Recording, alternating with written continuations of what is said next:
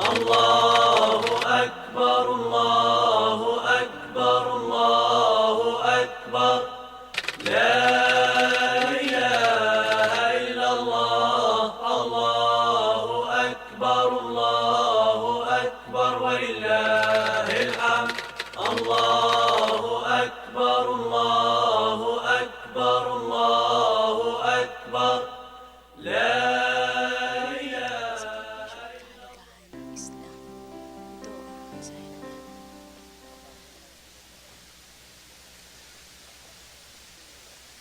Magandang gabi po. Ang tinatawag nating sakripisyo at ang pagpapahalaga sa Islam, yan po ang naging mensahe ng ating pinakamamahal na Pangulong Benigno S. Aquino III sa katatapos lamang na Idul Adha o kung tawagin ay Feast of Sacrifice. Ang ating mga kababayan po ngayon dito sa Malacanang ay atat na atat din po na masimulan itong tinatawag natin na Idul Fitr Dinner kung saan ito po ang mismong hinost o ni-sponsor po ng ating Pangulo para sa ating mga Muslim. Magandang gabi sa inyong lahat. Assalamualaikum warahmatullahi wabarakatuhu. Masasaksihan po natin maya-maya lamang ang ibinigay na salo-salo ng ating mahal na Pangulo sa atin lahat. Ito po ang tinatawag nating Idul Fitr o ang Feast of Sacrifice. Ay ito rin po yung hudyat ng pagtatapos ng Hajj pilgrimage kung saan itong ating mga pilgrims ay galing pa ng Saudi Arabia.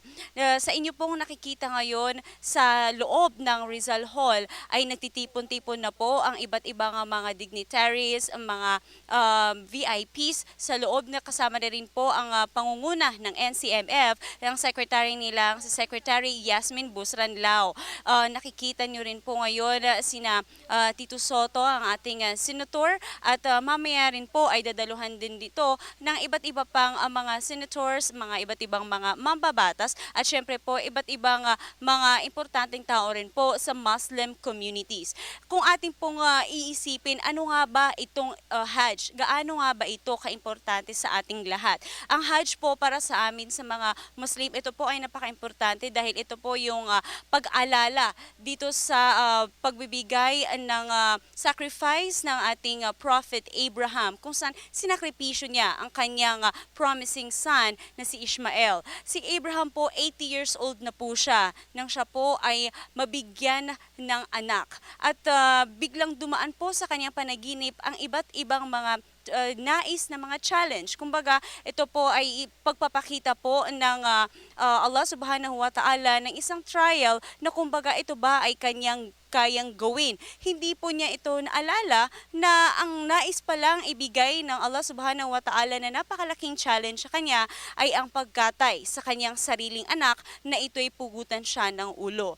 At nang ito po ay mangyari, talaga pong hindi na siya nagdalawang isip pa na ang kanyang anak ay kanyang isacrifice. Sa mga panahon na po yun, ng mga oras po ng mga prophets days, yung ating prophet Abraham talaga pong ibinigay na niya ang kanyang anak, kanyang sinacrifice dahil ang naisip po niya is, ito naman po ay walang iba kundi ito ay pag-aalay kay Allah Subhanahu wa Ta'ala. At nung nangyari naman po ito, nung siya ay kakatayin na, bigla pong sa lahat ng nakakita po, no, lahat po sila ay hindi makapaniwala na ang makita nila ay nang pugutan ng ulo ang anak niya na si Ishmael ng ulo ay nakita nila isang ulo ng tupa. Ayan, so ibig sabihin po nito, napakalaki po ng ipinakita na challenge ng Allah Subhanahu wa Ta'ala kay Abraham kung saan ipinakita rin niya kung gaano kalaki ang kanyang pananampalataya sa Islam, kung gaano nga ba kalakas kung ang kanyang pananampalataya na siya ay sabihin nating iniisip niya na walang ibang Diyos kundi ang Allah Subhanahu wa Ta'ala at wala siyang ibang gagawin na anything na mga sacrifices kundi ang i-sacrifice ang kanyang sarili at kahit ano paman, kahit maubos lahat ng kanyang kayamanan, mapakita man lang sa lahat ng tao ng Islam ay totoo at ang Allah Subhanahu wa Ta'ala ay totoo rin. So, itong event na ito, ang celebration na ito ay napaka-importante sapagkat pagtapos ng tinatawag nating Idul Adha prayers ay magkakaroon tayo ng kurbani. Itong kurbani, kung tawagin po natin sa English, ito po yung slaughtering. So dito, yung tinatawag natin na kaya natin siya natawag na Feast of Sacrifice dahil nagkakatay po yung iba't ibang mga Muslims ng mga meats kasama na dito. Halimbawa sa Saudi Arabia, mayroong mga camels, kaya po sila ay nakakapag-slaughter ng camels. Halimbawa naman po dito sa atin sa Pilipinas, dahil wala naman po tayong camels, ang kaya naman po ng ating mga kababayan is ang halimbawa nito is yung baka. So ito naman po yung sinasabi natin na yung baka naman po halimbawa hindi kaya no na isang Muslim na makabili nito para po ito ay katayin. Pwede naman po itong paghati-hatian ng 7 mga Muslim. Ang pagkatay naman po dito sa isang baka ay papamigay naman po ito sa ating mga kapitbahay, sa ating mga kamag-anak. Yun po yung tinatawag natin na mga zaka. So before po natin na ipamigay po natin itong tinatawag natin na kurbani, syempre kung ating pong titingnan ang number 1 na pinaka-importante sa araw na ito ng Eid al-Adha ay aside from doon sa pag-alala dito sa ating pinakamamahal na propetang si Abraham, syempre magkakaroon po tayo ng mga prayers, no? Yung mga prayers natin na kung tawagin ay mga wajib, no? Mga wajib prayers kung saan ginaganap po ito at nangyayari po ito sa loob ng isang masjid. Nagtitipon-tipon po ang libo-libong mga Muslims, no? Buong mundo po, no? Sa isang araw na po yan, sa ika-10 ng Dhul Hijjah, malalaman po natin na lahat ng mga Muslim ay magtitipon-tipon para po dito sa pag-pray para sa Eid al-Adha. Alright, at this time po, maririnig din po natin ang iba't iba pang mga kaganapan at lahat po ng yung importansya din po ng Eid al-Adha kay Secretary Yasmin Busranlao ng NCMF. Narito po. Alright, mamaya po ay babalikan natin yung ating panayam kay Secretary Busranlao. At this time po, kumuha naman po tayo, nais po namin ipakita sa inyo ang aming naging panayam kay Secretary Teresita Delis ng OPAP regarding naman po sa iba't iba pang mga updates sa BBL. Narito po.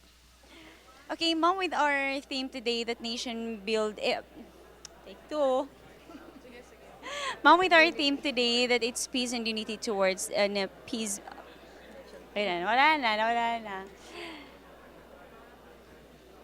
Alright, ma'am, with our theme today about the peace and unity po towards nation building, ano po yung masasabi natin dito? Especially mga kababayan po natin sa Mindanao are very eager na matapos na po itong kanilang kalbaryo with the kapayapaan sa Mindanao. Talagang yun yung pananawagan ngayon. No? And then we think we are at a historic moment. The peace process has progressed and it is in a good place, better than it has been for many years. At ngayon nakikita na natin na yung comprehensive agreement na pirmahan, yung Bangsamoro Basic Law, yung draft nun natapos na, naibigay na sa Kongreso. And we have seen both houses of Congress working very hard, no? Recognizing that this is a priority legislative measure of the President. Everyone is working very hard so that the law can be passed as soon as possible. At sinasabi nga, ito ang parang susi para magkaroon ng kapayapaan at siyempre pag walang kapayapaan mahirap magkaroon ng kaunlaran. Kaya ito yung ating hinahabol ngayon. Alright, ma'am, alam po natin na may mga kababayan din po tayo ng mga Muslim Filipinos who are still here, naglalabi po sila ng iba't ibang mga concerns pa rin nila with this BBL. And ngayon din po, no, alam natin na medyo nagkakaroon po ng hard time din sa Congress. Ano po yung mga updates natin na pwede nating maibigay sa ating mga kababayan para naman po mag-think positive naman po sila regarding with this ongoing BBL? On the other hand, I don't think the bill is having a hard time. It is being closely scrutinized. I think tama lang yan. It is a very important law. We want them to give it full attention, pagdebatihan, intindihin. Dahil ang gusto natin, pag mapasa yung Bangsamoro Basic Law, walang magsasabi na ito ay itinulak lang, ni railroad. No? Kung hindi makikita ng lahat, ito yung napag-usapan, na scrutinize, and therefore, itong batas na lalabas, ito yung dumaan na, it has passed legal scrutiny, and that and then enforcement will be the next step. Alright, ma'am, bilang panghuli na lang po, mensahe po sa ating mga kababayan na mga Mindanaoans, mga Moros, at syempre rin po, no, baka pwede rin po tayo magbigay ng mensahe. Doon na rin po sa ating mga mambabatas na sila po yung talagang tumitingin dito sa pagsasabatas ng ating BBL. Well, una sa mga mambabatas at narinig naman na nila ito, no? Alam naman natin na yung pagpasa, yung pag-turnover ng draft law sa Kongreso was not just an ordinary moment, no? It was presided over by the President. Kaya it was in I think if you will look at the history of legislation in the country, this was certainly extraordinary. And ang sinabi ko na nga, mukhang kinikilala naman ito ng Kongreso kahit na during recess, nagtrabaho sila, kahit na hindi pa natatapos yung budget, pinayagan silang gumawa dito at we are hearing from both the leadership of both houses of Congress that they will be able to pass it in good time, either by the end of this year or into the first quarter. And ang ating pananawagan sa lahat, peace cannot be made just by government, it cannot just be made by the MILF, it cannot be made just by those who fought with arms. Peace has to be owned by all of us. So we call on everyone, patuloy na pagsubaybay, patuloy na pagtulong, patuloy na pagdarasal. Dahil itong kapayapaan na ninanais nating makamit ay hindi lang para sa Bangsamoro, hindi lang para sa Mindanao, kundi para sa buong bansa. Maraming salamat po, Secretary Delis.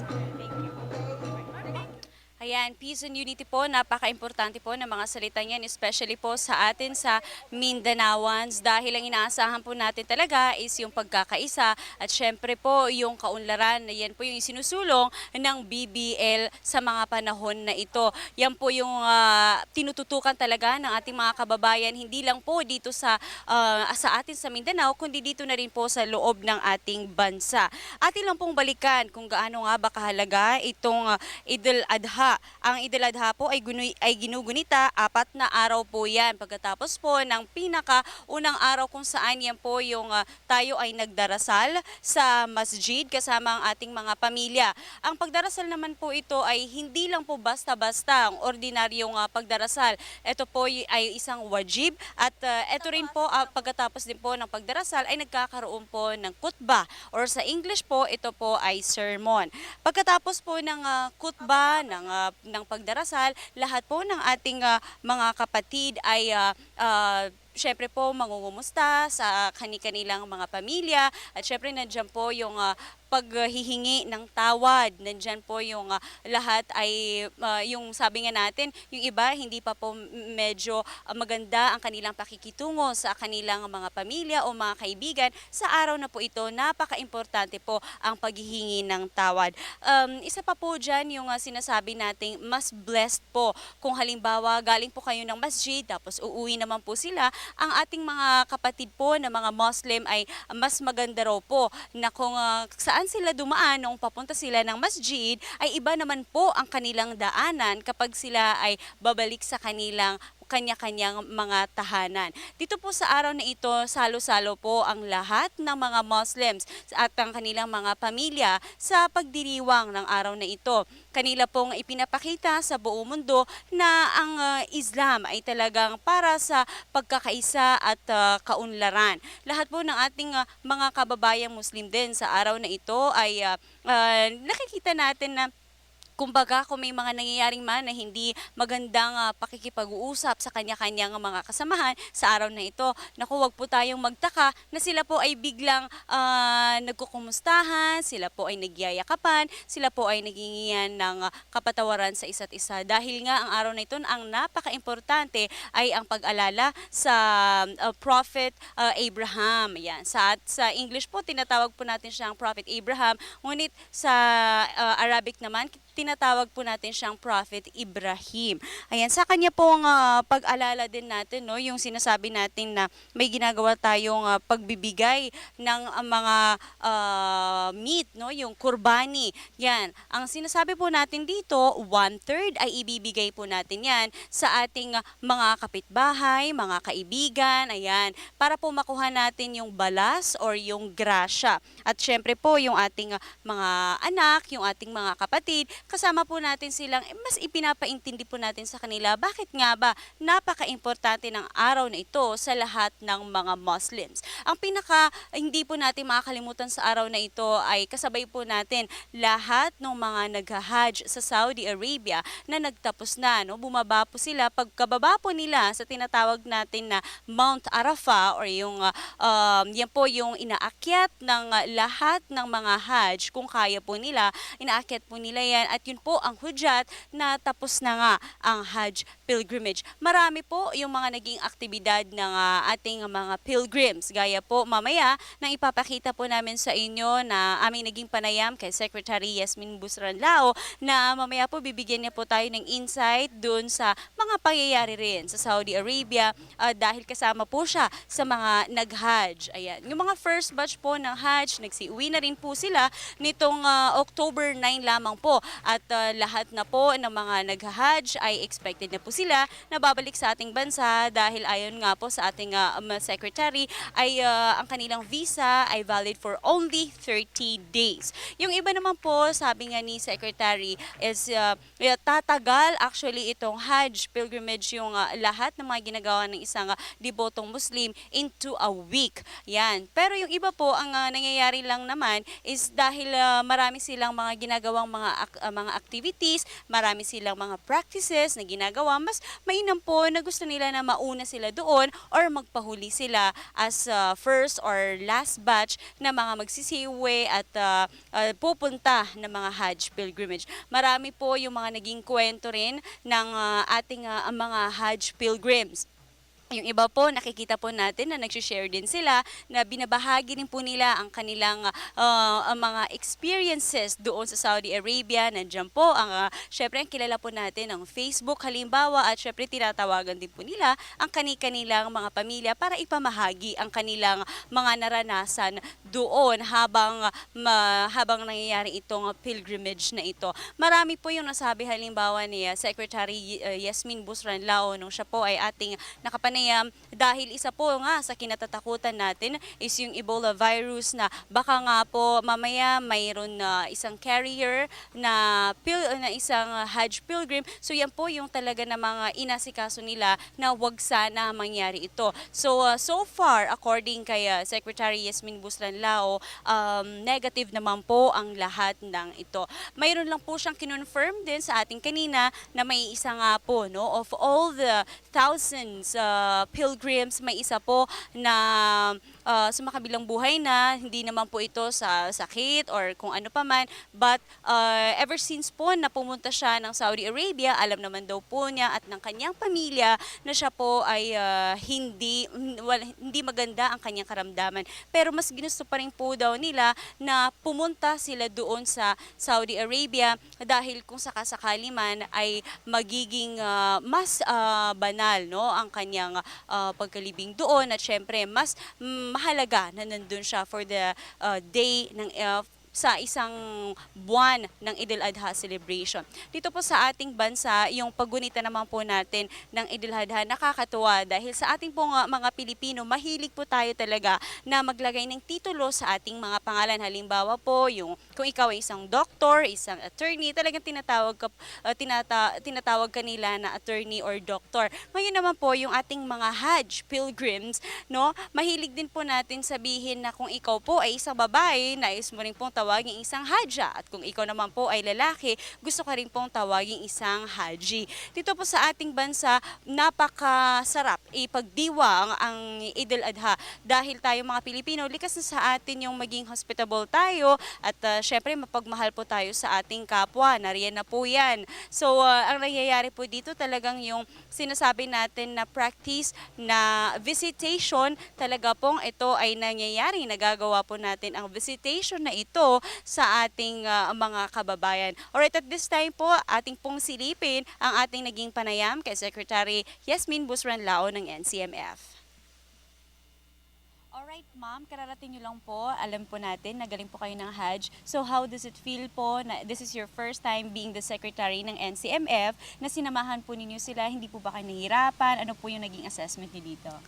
Unang-una, assalamualaikum. Masaya naman ako dahil kahit na na-late tayo ng more than a month sa preparation because my appointment came in a bit later, maganda naman yung result. And I think before I left Saudi, I already talked to the different sheikh to get some input, and overall maganda naman yung feedback. And I guess yung mga kababayan naman natin, nakarinig din tayo na iba-ibang feedback na this time, lalo na yung accommodation is much better than before. At saka kahit na meron tayong pinangangambahan like yung MERS coronavirus, yung Ebola, this is the first time that we sent a 54 member team na medical, so per directive from the Office of the President, pag-iingatan natin to. So talagang tinutukan nila yung ating mga pilgrim, yung kanilang health, and yung iba nag-room to room na nag-check up. So alhamdulillah, so far isa lang yung namatay na hindi naman out of coronavirus or whatever, pero kasi bago daw siya pumunta ng Hajj, he has not been feeling well. Meron siyang cardiac problem. So yun. But yun naman, alam mo naman, pag gano'n natutuwa yung mga kamag-anak na doon siya naabutan kasi ang pinipray nga ng mga tao ay doon maabutan. But otherwise, alhamdulillah, wala tayong masyadong na-experience na nahirapan na ating mga pilgrim. As to the reception naman sa akin ng Minister of Hajj ng Saudi Arabia, the fact na babae ako, hindi naman. In fact, I felt so welcome and they very supportive sila sa akin. And in fact, before I left, I wanted to already have an assessment with them, and they told me na anytime that I really need them to make the next year Hajj much better, they will be very much willing to help. Alright, ma'am, at this time po, kasi may mga first batch na rin, kailan ba yung expected natin na second up to last batch na darating? Is it within this October po ba lahat makakauwi na? Oo. I think as what I know is yung up to October 24 yung last flight kasi yung iba nagpaiwan at meron pa silang magagawing mga rituals. So within the month, makakauwi naman sila because ganun din yung visa nila. The visa only is good for a month. Alright, eto ma'am, kasi marami po sa ating mga kababayan, syempre yung gusto rin malaman, ano ba usually yung ginagawa sa Hajj? No? Tayo mga Muslims, alam po natin yan. Pero maybe a short sighting doon sa ating mga kababayan na nais malaman ano ba ang meron? Well, actually yung iba kaya gusto nilang maaga doon because that gives them time to do the other rituals. Yung unang-una ang gagawin nila, kung ang flight mo ay ang flight mo is mas maaga, this time we wanted them to finish all the rituals sa Medina. So visit all the graves, no? So magsyara sila doon and the different graves ng family of the Prophet, yung mga companions of the Prophet, and do prayers sa mosque, no, ng Masjid Al-Nabawi. So umikot sila doon. So they stay there for yung package nila, the one they paid for is 3 days, no? And that's free food then. And so after that, punta sila ng Makkah, and in Mecca they do the unang-una is yung mag-uumrah sila, which is the lesser Hajj, no, kasi they have time to do the umrah. And so in umrah they do the tawaf, which is a 7 times around circumambulation of the Kaaba, and then they do the sa'i sa Safa at Marwa. And then syempre ikot sila doon, titingin-tingin yung kasi nga the beauty of the Hajj is not just spiritual, no, it's also social, no. So you meet with other people, may mga kamag-anak, no, nag-uusap-usap sila, nagvi-visit sila sa kanilang mga kamag-anak. Yun din namang may dalang paninda, they get to dispose that or magtinda together with other countries, no, so because it's also an economic activity. And until na darating yung the Hajj proper. Yung the Hajj proper, the difference lang is you go to Mina and Arafah. The Uquf Arafah is where the sermon, the Prophet happened.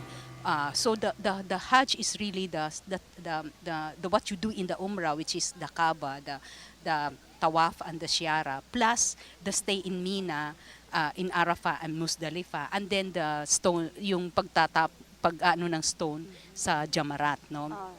And then after that you go to Haram to do your tawaf ifada, and then pag uwi ka na you do your tawaful wida, which is the goodbye. So that's the entire thing. Alright. Ibig sabihin po nito, ma'am, talagang napakarami po ng mga activities na ginagawa ng ating mga kapatid na Muslim doon sa Saudi Arabia. Ma'am, bilang panghuli na lang po, no, ano po yung mga different activities pa na aasahan natin sa NCMF this coming months? Ayan. So, syempre, excited na rin yung iba na marinig din ito. Well, of course, after the Hajj, balik tayo sa ating ibang activities because I have 6 more bureaus, no? So Bureau of Pilgrimage and Endowment, which is charge of the Hajj, but the other marami tayong nakalinya for our halal, no? Activities, for our Islamic financing, for our sitting down with the civil service for the institutional strengthening, yung Bureau of Muslim Settlement natin, at yung continuous yung mga Quran reading activities natin. And then of course yung natin, Bureau of Legal Affairs, helping lalo na yung mga kapatid natin na nasa kulungan na who needs legal assistance. So marami tayong nakalaan, and this time I really want to thank yung nakatulong sa success ng Hajj, lalo na yung yung Department of Foreign Affairs natin in charge with the passporting, at saka yung Embassy of Saudi Arabia, of course yung vaccine natin from the quarantine, at saka yung mga doctors na pinadala ng DOH, and yung mga support din na pinadala din ng DOH saka ARM na nagpadala din silang doctors, at saka really yung this time kasi I did a combination of government civil society monitoring team, so nandun sila, and of course yung mga volunteers din natin sa Saudi Arabian OFW, and we hope to, and most importantly din yung ating Philippine consulate sa Jeddah, because really naging partner natin sila doon. So we look forward to a better coordination next year. Alright, sa isang pamumuno ng isang BAI, as we call it in Mindanao, napakaswerte po rin natin na talaga namang pinaglingkuran niya ang ating mga kababayan na walang, sabi nga natin, walang halong pagdududa. Buong puso po niyang tinutulungan din ang ating mga Muslims, and we're very thankful din, ma'am, because the Muslims as of now are being recognized here in our country. Maraming salamat po sa inyong oras, Ma'am Secretary. Maraming salamat din. Huli lang, sandali, no?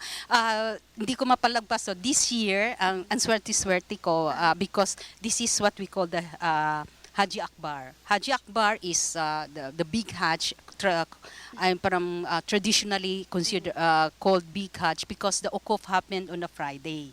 So it happens every 15 years daw. And so the pilgrims were very happy that this time we had and sabi nila times 7 daw yung Hajj mo if you did the Hajj on the Haji Akbar. So maraming salamat. Alright. Maraming salamat din po, Madam Secretary.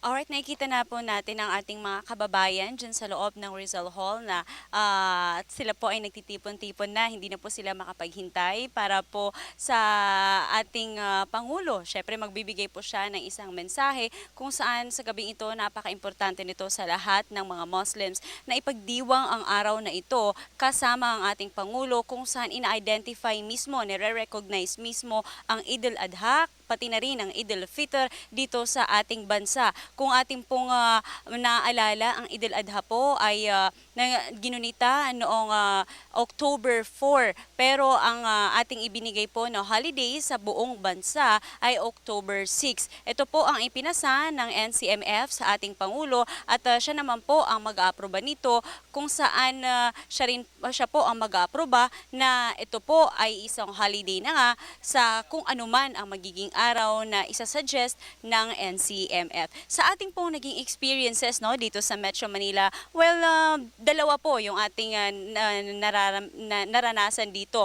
First, naging emotional tayo. Pangalawa, masaya naman po tayo. Emotional dahil hindi po natin, hindi ko kasama ang aking mga pamilya dahil sila po lahat ay nasa Mindanao. Ngunit sa pangalawang dako naman po, tayo po ay masaya dahil nasaksihan po natin ang ating mga kababayang mga Muslim dito sa Metro Manila, kung saan nabigyan pa rin po natin ng halaga ang araw na ito sa paggagawa rin ng mga istorya istorya na pinapalabas natin sa national television kung saan ito po yung tinatawag natin na mga once in a lifetime na noon po ay hindi ito nagagawa ng isang Muslim o hindi naman po ito naririnig sa buong mundo na may mga ganito rin na mga pangyayari ang isang community ng mga Muslim, much more po ang region ng mga Muslims. Dito po sa Metro Manila, ginunita po ang Eid al-Adha prayers sa iba't ibang masjid. Yung iba po, dumako po sila sa Blue Mosque, sa Taguig, Golden Mosque naman, halimbawa, sa Quiapo.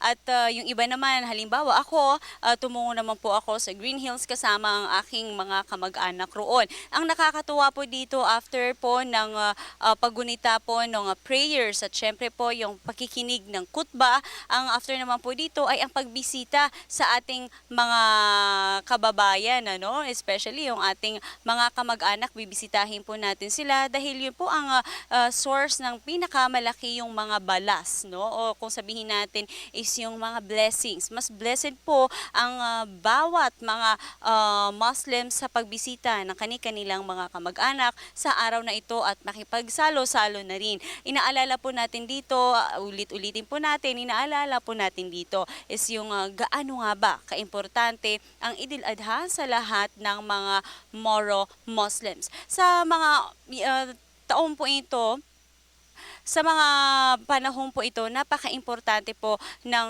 paggunita ng Eid al-Adha dahil po sa ito rin po yung mga panahon na lahat ng mga Moros ay talagang pinagsisikapan po nila na itong BBL ay mapirmahan na. Ayan. So, marami po kasama na po dyan ng NCMF na talaga naman pong naglingkod sa atin para po sa pagbibigay pangalan dito sa tinatawag natin na Bangsamoro Basic Law o BBL kung saan ilang dekada po ito na inisip natin na sana ito ay isa katuparan, sana ito ay maging realidad na. So, yan po ang ating nakikita ngayon.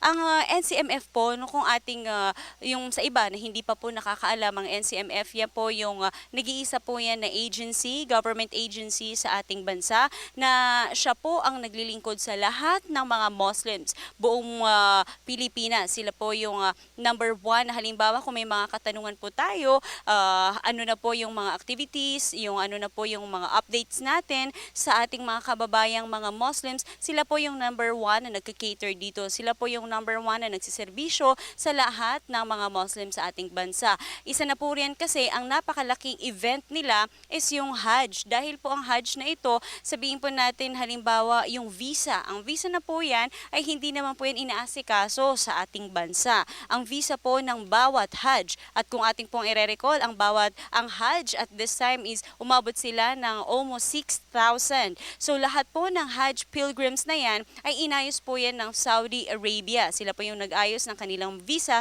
since it's a Arab country. So after po nilang maayos yun, ayan, ipapasa naman po yan sa NCMF at syempre ang NCMF lang po ang magsasabi na etong isang deboto na ito ay pwede na makapag-Hajj o ang isang deboto na ito ay masasabi nating okay siya at siya ay naaprubahan sa kanyang pagtutungo sa Saudi Arabia. Ibig sabihin po nito kung may mga other requirements po ang NCMF na hindi po nagawa ng ating isang kapatid na Muslim, pwede po na sila po ay i-decline ng NCMF. Ganun po kabigat ang isang responsibility rin po ng NCMF.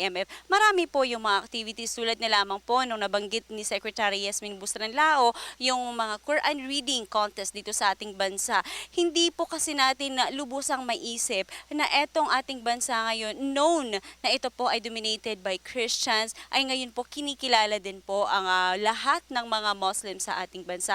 Nakakatuwa po, hindi po ba? Naisipin natin na ang mga activities tulad na lamang ng Quran reading, Kurbani, mga Ramadan programs, yan po lahat ay nire-recognize ng kasalukuyang administrasyon sa pamumuno po ni Pangulong Aquino. Lahat po ito ay kanyang binibigyang pansin, lahat po ito ay binibigyan niyang halaga. Ang isa po sa nabigyan niyang halaga na nakikita natin dito ay ang kanyang pagsasapuso nitong BBL. So, isa na po dyan na talagang tumutok ay ang NCMF. So, especially ngayong araw na rin po ito, ang pinakamalaki rin na nag-organize for this event ng Eid al-Adha Dinner 2014 ay ang NCMF din.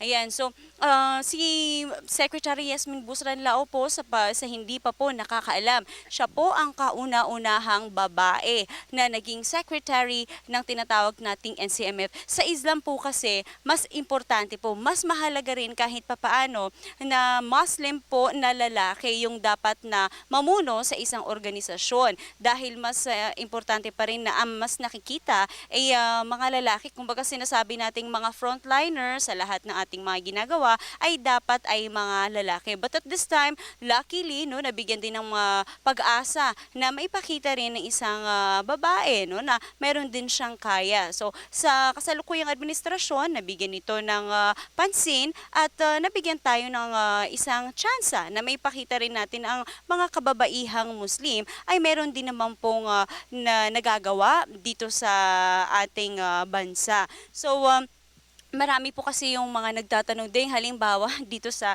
NCMF, no, na marami po kasi itong cluster. Yun, nasabi nga rin po, nabanggit ni Secretary Lao kanina na mayroon itong 6 na cluster at isa lamang po dyan yung Hajj cluster. So, ibig sabihin po nito, mayroon pa mga yung about sa Islam, mayroon pa rin po about yung sa mga legal basis. Marami po yung kanilang mga tinitingnan dito. So, sa lahat po ng mga hindi pa po nakakaalam kung ano pa man ang kanilang halimbawa, mga nais din malaman kung ano pa ba yung mga opportunities para sa mga Muslims, ang NCMF po ang number 1 po na nakikater para dito. Alright, in a few minutes lang po ay masasaksihan na po natin pagdating ng ating Pangulo para po sa Greece itong Eid al-Adha dinner. Nakikita po natin dyan ang iba't ibang mga Muslim na panahuin tulad na lamang po ni Commissioner Elias, no? Siya po yung sa COMELEC. Nandiyan din po ang iba't ibang mga mambabatas. Ayan. So, sa ngayong araw na po ito, kung ating pong matandaan, last year po, it was Eid al-Fitr po yung nangyaring dinner. It was the Eid al-Fitr dinner. But at this time po, hindi po yun naganap dahil medyo ang ating Pangulo po ay napakarami. No? Sadyang napakarami lang talagang mga isyong kailangan niyang tutukan at syempre yung pagpapahalaga pa rin sa kanyang reforma ang number 1 pa rin na kanyang tinitingnan at ang kanyang sinusubaybayan. So at this time, dahil na rin po timely, no, kahit papaano itong Eid al-Adha, since ang Eid al-Adha po ang pangalawa sa napaka-importanteng araw po sa lahat ng mga Muslim all over the world ay ngayong month, no, ngayong taon, hindi na rin ito pinalagpas ng Pangulo na hindi man ito nangyari, no, hindi man nakapagsalo-salo ang mga Muslims kasama siya nung Eid al-Fitr. At least ngayon pong Eid al-Adha ay magkakasama po ang lahat na ipakita na ang administrasyong Aquino o ang kasalukuyang administrasyon din ay tinututukan, no, lahat ng aspeto ng ating bansa. So nandiyan po yung pakikiisa, nandiyan po yung pagsasama-sama, no, yung tinatawag natin yung tema ngayon na peace and unity towards nation building. Napaka-importante po ng mga salitang ito. Ang aming pong pinapakita sa inyong mga television screen, sa inyo pong napapansin, ay ang loob po ng Rizal Hall. Diyan po nagtitipon-tipon ng ating mga kababayan sa ngayon habang hinihintay po ang ating mahal na Pangulo sa kanyang pagbibigay po ng mensahe. At syempre po, para na rin pangunahan itong Eid al-Adha dinner. Marami po sa ngayon yung nag-share sa atin ng kanilang mga feedbacks, no? Yung iba po kasi nalaman nila that there will be a Eid al-Adha dinner. Yung iba sa ibang bansa, no, na ating mga kababayan, nagulat po sila yung iba dahil hindi daw po nila lubos maisip na mayroon din palang mga ganito na kaganapan sa ating bansa, knowing na sabihin nga nating hindi tayo marami, no, minority tayo dito sa ating bansa na mga Muslims, pero tingnan man natin ay ito rin ay pinapahalagahan ng ating Pangulo. Yung iba naman po sila ay talagang tuwang-tuwa that feeling nila even though that last year meron ding Eid al-Fitr dinner at saka sa mga nagdaan rin na administrasyon, merong ganito rin pong pagkilala, pero ang iniisip po nila na kahit papaano, no, nagkakaroon man ng iba't ibang issue, nandyan man ang ating mga problema sa BBL, pero nandyan pa rin po ang Pangulo na talaga namang tinututukan itong ating mga kababayan, especially yung sa sa atin dito sa BBL at syempre yung kaunlaran sa Mindanao. Alright. Alright. Yung ating pong balikan, yung ating mga kababayan no, na nasa Saudi Arabia, no, sinasabi po natin na yung mga experiences nila, no, tayo po halimbawa, dahil yung ating mga kasamahan doon, yung halimbawa sa mga kaedaran po natin, eto po, yung tanong kasi ng marami, anong edad ba, no, na kailangan ikaw ay maging isang legit na Hajj pilgrim. So, ang number one po, kailangan halimbawa, umabot ka sa tamang edad. Yun po ang napaka-importante. So halimbawa po kung kayo po ay pinanganak doon, tapos umuwi din po kayo ng Pilipinas, hindi pa rin po yun isang legit na matatawag ka na Hajj. Ayan. Alright, Ladies and at sa gentlemen, ating His mga Excellency kababayan, Benigno and S. ating Aquino pong III, nakikita ngayon President of ang the Republic pagdating of the Philippines. ng ating Pangulo Benigno S. Aquino III.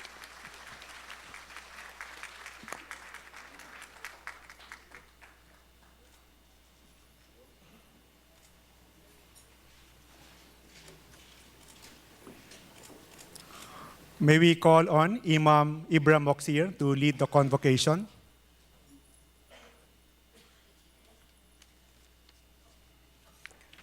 Let us put ourselves in the presence of our Almighty Creator.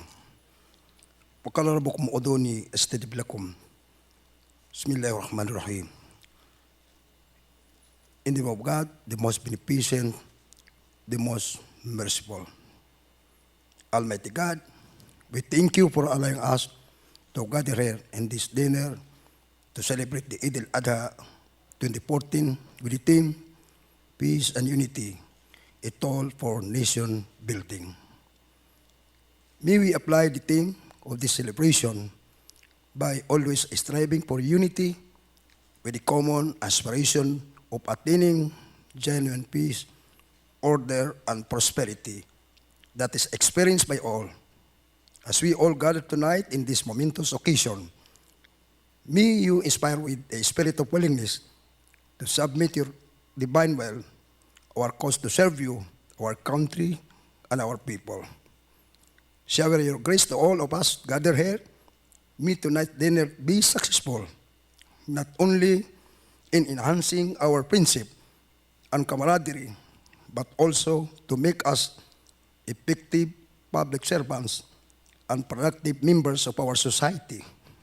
O God, continue to bless our host, His Excellency Benigno S. Aquino III, President of the Republic of the Philippines. May inspire us to make sacrifices each day by turning away from selfish and personal desires and instead live a life worthy of the trust and respect of our families, our loved ones, and our countrymen. We raise all this unto your mighty name. Amen.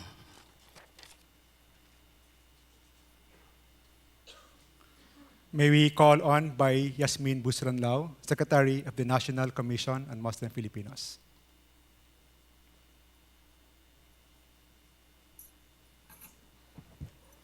President Benigno Simeon Aquino III, members of the Cabinet, Speaker Belmonte, and other members of the Senate and the House of Representatives, Regional Governor Hataman, provincial governors and mayors, fellow workers in government, members of the Diplomatic Corps, representatives from the Moro Islamic Liberation Front, representatives from civil society organizations, brothers and sisters, Assalamu alaikum wa rahmatullahi ta'ala wa barakatuh. As we are gathered here tonight to celebrate Eid al-Adha, or the Feast of Sacrifice, I believe all of you will agree with me that we have so much to be thankful for as a nation.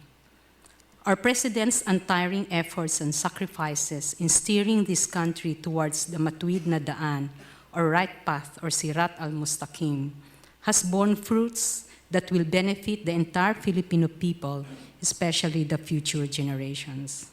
For the Muslim Filipinos, particularly the Bangsamoro, Allah has indeed accepted our sacrifices. First, in our determination to achieve sustainable peace, as we also celebrate today the second anniversary of the signing of the Framework Agreement on the Bangsamoro, or the FAB. And secondly, the Hajj Mabrur, or the successful performance of this year's pilgrimage by our Muslims, as it's happened on Ukuf. The Ukuf, or the day of Arafat, happened on a Friday, which Muslims traditionally consider to be Haji Akbar, or Grand Hajj, which I was informed only happens every 15 years. Further, it is believed by some Muslims that having performed Hajj on Haji Akbar is equivalent to 7 pilgrimages. And therefore, good deeds done on those days also is amplified 7 times. Alhamdulillah. In the 2014 Hajj, the Philippines sent 6,700 plus Filipino pilgrims, which is the biggest number in our history. With your Excellency's Tuwid na Daan, we were able to respond justly to the needs of our pilgrims. At a lower price, we were able to accommodate them in the 5-star quality Le Meridian Towers Hotel and 2 other newly constructed quality hotels, which provided free meals 3 times a day for more than a month's stay. With proper preparation and hard work, we have shown that our pilgrims' reasonable payment can afford 5-star quality accommodations and share hotels with nationals of Turkey, Kuwait, Bahrain, and the United States of America. In this regard, I would like to take this opportunity to express the profound gratitude of the National Commission on Muslim Filipinos for a successful 2014 Hajj Akbar to His Excellency President Aquino and our partners, the Office of the President and Executive Secretary Paquito Ochoa Jr., the Embassy of the Kingdom of Saudi Arabia and His Excellency Ambassador Abdullah Hassan, the Department of Foreign Affairs, the Philippine Consulate Office in Jeddah, Kingdom of Saudi Arabia, the Department of Health and the Bureau of Quarantine, the Philippine Statistics Authority, the Manila International Airport Authority, ARM Governor Mujib Hataman, the provincial governors of the ARM provinces, Mayor Ismail Sali of Languyan, Tawi-Tawi for his generous financial assistance,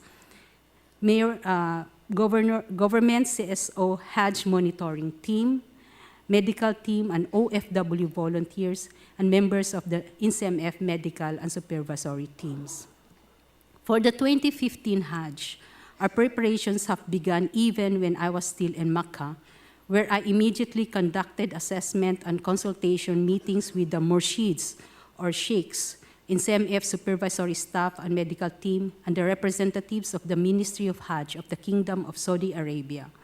Also, during the Hajj night sponsored by Consul General Leo Tito Ausan Jr. of the Philippine Consulate in Jeddah in honor of the 2014 Filipino pilgrims, Congen Ausan mentioned that DSWD through Yusek Taraji expressed their desire to collaborate with us in taking care of the pilgrims in next year. Even prior to my departure to Makkah, I did preliminary discussions with our Muslim legislators, ARMM regional governor, ARMM provincial governors, Muslim religious leaders, and CEO leaders.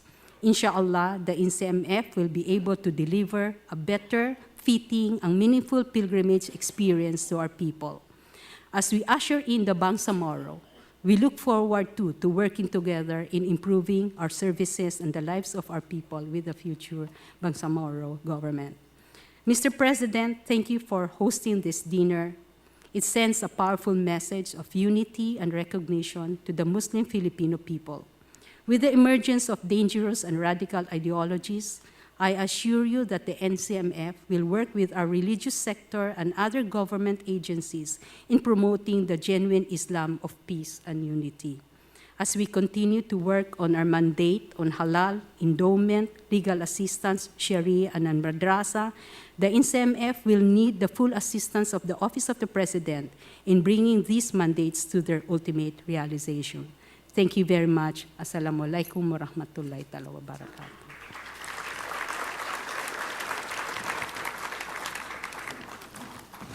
Ladies and gentlemen, the President of the Republic of the Philippines, His Excellency Benigno Simeon Aquino III.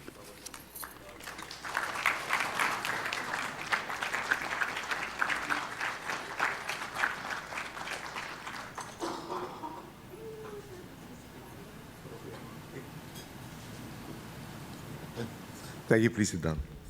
Speaker Sonny Belmonte, the members of the House of Representatives present, senators present, excellencies of the diplomatic corps, Secretary Yasmin Busranlao, and the members of the cabinet present, Governor Mujib Ataman and the other local chief executives present, fellow works of government, honored guests, ladies and gentlemen, good evening. I had to ask both Yasmin and Mujib. I understood when I was asked to host this dinner that this is a celebration. And looking around the room, I wonder why is everybody so sad and so stiff and so serious. So I thought I misread the briefer, but please do relax. Tonight we come together once more to celebrate Eid al-Adha by recognizing the strong fellowship that binds all of us as children of the Almighty. We remember the great narrative of sacrifice of Ibrahim, who, in obeying the will of Allah to give up his son Ismail, demonstrated what is asked from all of us, the absolute trust in the Almighty.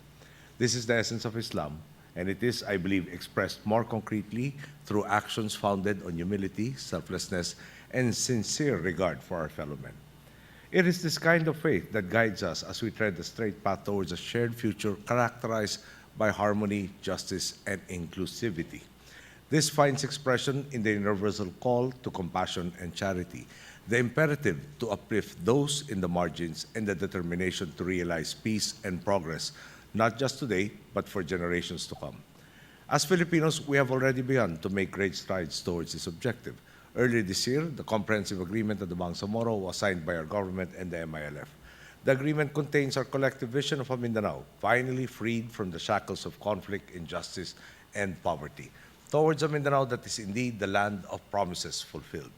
Once passed, the Bangsamoro Basic Law will represent another concrete step towards the realization of that vision. The gains we have made in the pursuit of peace show what can be achieved when we are able to restore trust and mutual respect. Indeed, they mirror precisely what the entire Philippines has achieved these past few years because of a people who have rediscovered their trust in government, a government that is determined to do right by them, one that will continue to stand for them. With the benevolence of the Almighty, I know that we will be able to overcome the challenges set before us and take even greater strides along the straight and righteous path to peace, ushering in a brighter future for the people of the Bangsamoro and consequently for all Filipinos. So, thank you and Assalamualaikum.